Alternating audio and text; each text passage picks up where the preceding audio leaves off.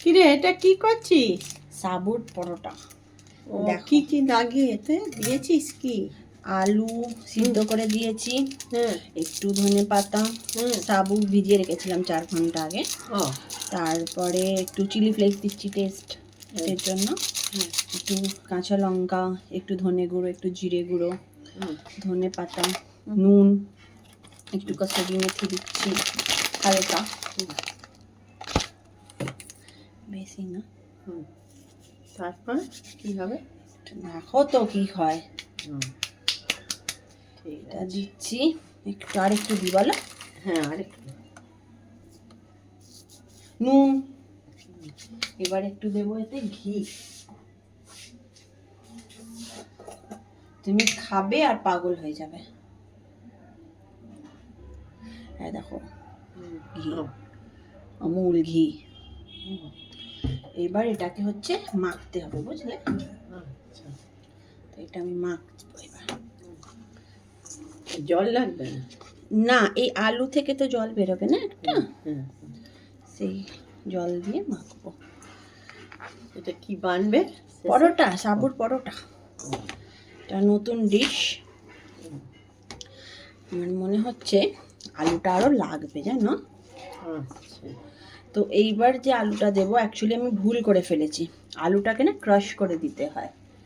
এবার আলুটা দেবো না, ক্রাশ করে দেবো আলুটা। আচ্ছা, আসলে ব্যাপারটা আলুটা কম পড়ে গেছে, জানো। আর প্রথমে না আমি ক্রাশ করতে ভুলে গেছি আলু। তো আলুটা এবার একটু এক্সট্রা একটু আলু নিয়ে ক্রাশ করে দিই, তাহলে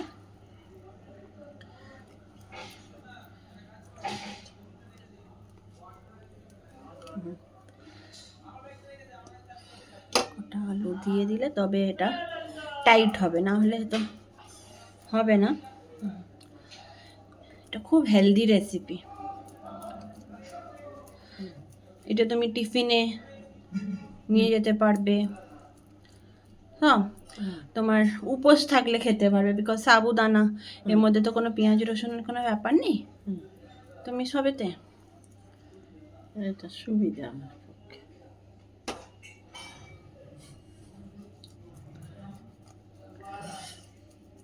দেখি।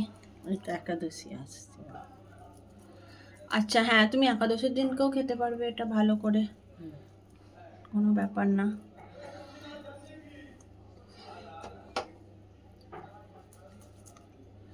দেখো দেখো দেখো পড়ে যাচ্ছে, দেখছো?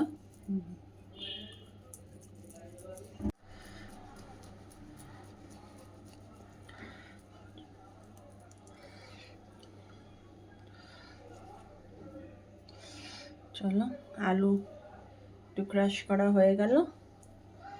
এইবার হচ্ছে এটা একটু চেঁচে নিই, বিকজ আর একটু মাখাই। আমার মনে হয় একটু নুন আরও লাগবে, তাকে এটা মাখাই, দিয়ে একটু টেস্ট করে দেখে নেব, দিয়ে এটা ঘি দিয়ে ভাজতে হবে।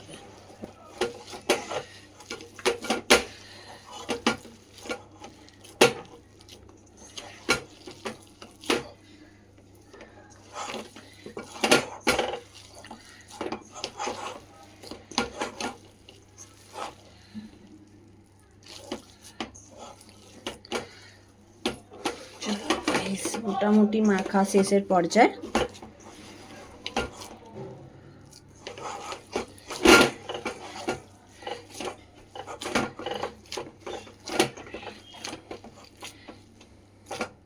পুড়ে যাবে আবার।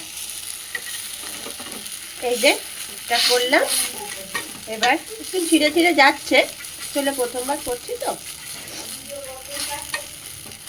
ঠিক হয়ে যাবে। পরোটা, সাবুর পরোটা ইজ রেডি মোটামুটি, বুঝলেন? হালকা ঘি দিয়ে দিলাম, বাহ।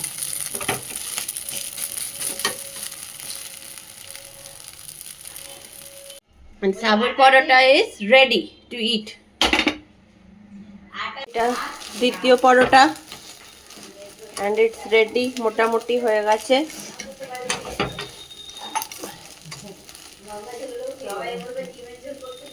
ভালো এইটা আগের থেকে ভালো হয়েছে। বলে না প্র্যাকটিস মেক্স ম্যান পারফেক্ট, ওটাই ব্যাপার।